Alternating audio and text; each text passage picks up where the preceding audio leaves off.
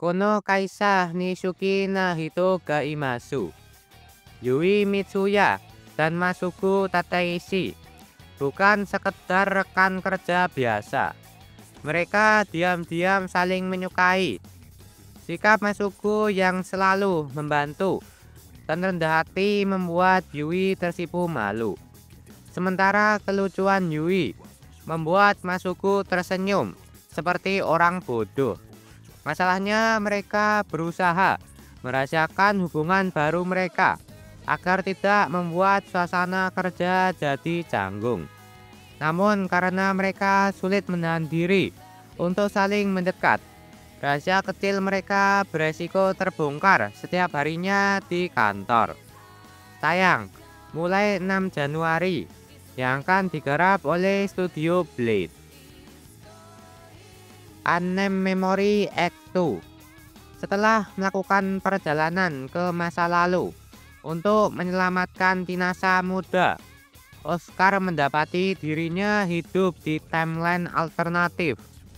Saat mengunjungi kerajaan Tuldar, ia menemukan Tinasa terbaring dalam tidur panjang di bawah kastil.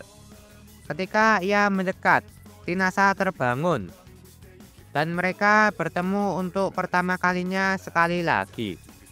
Tayang mulai 7 Januari yang akan digarap oleh Studio NG.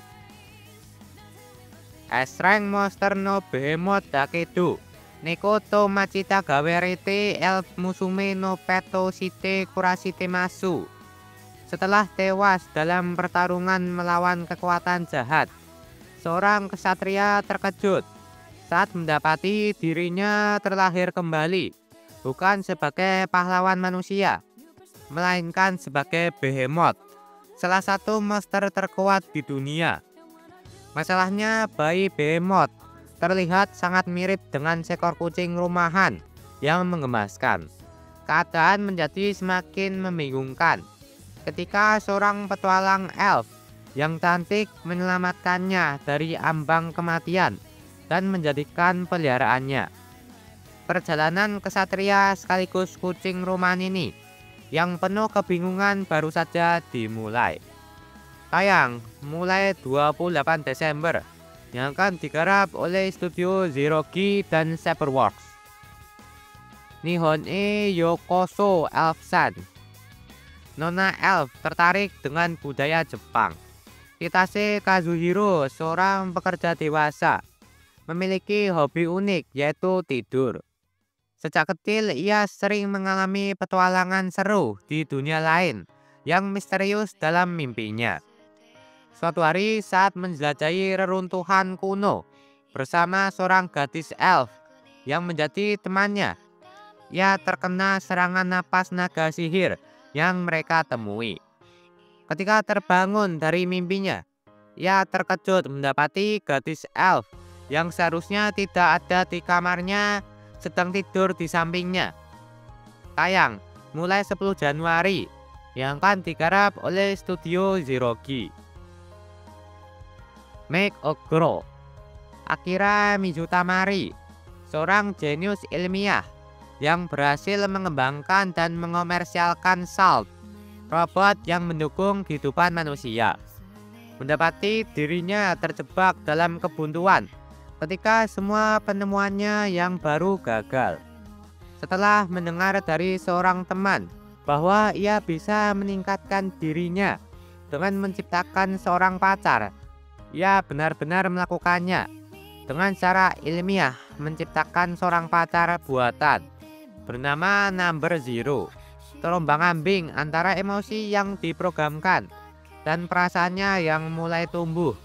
Number Zero mulai ragu, apakah ini yang disebut cinta, yang tumbuh antara dirinya dan Akira, yang tidak terbiasa berkomunikasi dengan orang lain, atau mungkin sesuatu yang lain. Tayang mulai 31 Januari yang akan digarap oleh Studio Yasuda Genso Studio by Seknotun. Izure Saikyo no Rekin Jutsushi. Iruma Takumi terjebak dalam pemanggilan pahlawan, meskipun dia bukan seorang pahlawan. Takumi secara tidak sengaja dipanggil ke Midgard, sebuah dunia fantasi penuh pedang dan sihir, dan diberi kesempatan untuk memulai hidup baru. Meskipun ia bermimpi menjalani kehidupan yang damai, Dewi Nolni memberinya kemampuan alkimia, sebuah keterampilan super kuat yang memungkinkan menciptakan apa saja, mulai dari pedang suci hingga kapal terbang. Petualangan enggannya pun dimulai. Tayang mulai 1 Januari, yang akan digarap oleh Studio Comet. Hanawa Saku Surano Gotoku. Di Pulau Indah Tonakijima yang hanya memiliki populasi 600 orang, hobi favorit Hana adalah membaca sastra untuk anak-anak di pulau tersebut. Kemampuan narasinya tiada tandingan, dan Mizuki, ketua klub penyiaran sekolah, segera menyadari bakat Hana dalam memikat perhatian orang lain melalui pembacaannya. Diundang oleh Mizuki untuk bergabung dengan klub, Hana memulai perjalanan untuk menemukan cinta sejatinya terhadap membaca, dan mungkin juga mengubah arah hidupnya di sepanjang jalan. Tayang mulai 8 Januari, yang akan digarap oleh Studio Bin. Project Sekai Kawarita Sekai to Utainai Miku. Berlatar di Shibuya masa kini, Ichika Hoshino, seorang siswi SMA sekaligus musisi jalanan, bertemu dengan versi Hatsune Miku yang tidak dikenal setelah mendengar lagu Miku yang belum pernah ia dengar sebelumnya di sebuah toko CD. Ichika mengetahui bahwa versi Miku ini mengalami kesulitan menjangkau orang-orang melalui lagunya. Bersama-sama, mereka bekerja sama untuk menyentuh hati penonton mereka melalui musik. Tayang mulai 17 Januari, yang akan digarap oleh Studio PA Works. Kaiju Ego Hoshina no Kyujitsu.